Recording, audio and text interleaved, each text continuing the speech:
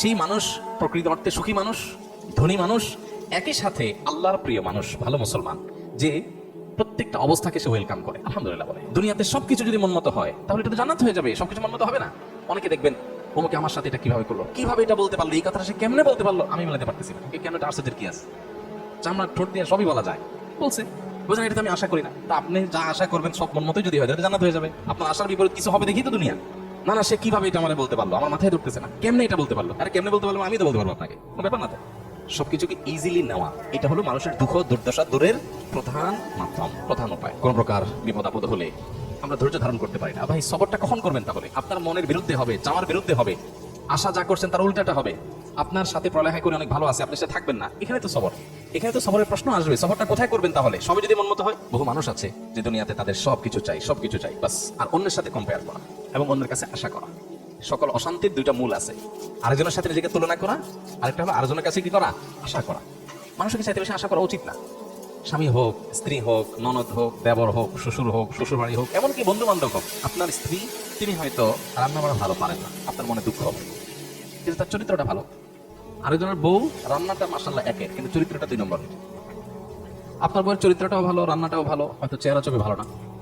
আরেকজনের বউর চেহারা ছবি অনেক সুন্দর, কিন্তু বড় বড় রোগ সে বহন করে বেড়াচ্ছে, লাখ লাখ টাকা যাচ্ছে, তার বাচ্চা মারা মানে একটা ধোঁয়াশার মধ্যে আছে। আল্লাহ তাআলা আপনার স্ত্রীকে সুস্থ রেখেছে। একইভাবে মেয়েরা যদি পুরুষদের দিকে তাকায় দেখেন, আমার স্বামীটা অমানুষ, সে একটা ফোন করে না, একটা মেসেজ দেয় না, একটা খোঁজ খবর নেয় না, আমি মনটা খারাপ করে বসে আছি। আরে ভাই, আপনার স্বামীটা নেশাখোর করে, নেশা করেন, আলহামদুলিল্লাহ করেন। অনেকের স্বামী নেশাখোর, স্বামী অনেক খোঁজ খবর নেয়, অনেক কেয়ারি, কিন্তু নেশাখোর। আমার অনেকের স্বামী সব দিক থেকে ভালো আছে, কিন্তু তার ক্যান্সার 4th স্টেজ হয়ে গেছে, যে কোনো মুহূর্তে মারা যাবে। আল্লাহ আপনার স্বামীকে সুস্থ রেখেছেন। আপনার স্বামীর খুব বেশি উপার্জন নাই, আলহামদুলিল্লাহ উপার্জন নাই, কিন্তু আল্লাহ তাআলা অনেক দিক থেকে তাকে ভালো রেখেছেন, অ্যাডভান্টেজ আছে।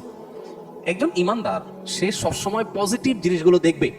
শেখ মোহাম্মদ মুতাওয়াল্লি আশ-শাআরাবী, মিশরের একজন বড় স্কলার, কোরআন কারীমের একজন বড় মুফাসসির, আর একটা ছোট স্ট্যাটাসে তিনি লিখেছেন যে কারো ঘর যদি চুরি হয়ে যায়, চুরি হয়ে চোরে সব নিয়ে যায়, সব বলতে যা যা নেওয়া গেছে, তারপরও সে ঘরে ঢুকে যদি দেখে যে খাটটা আছে, আলমারিটা আছে, আলমারির ভিতরে সব নিয়ে গেছে, আলমারিটা আছে, সে আল্লাহর কাছে শুকর আদায় করবে, যাক ভারী ভারী জিনিসগুলো নিতে পারেনি, আল্লাহ শুকর, এগুলো চোরে নিতে পারেনি, এগুলো যদি নিয়ে যেত আমি কি করতাম?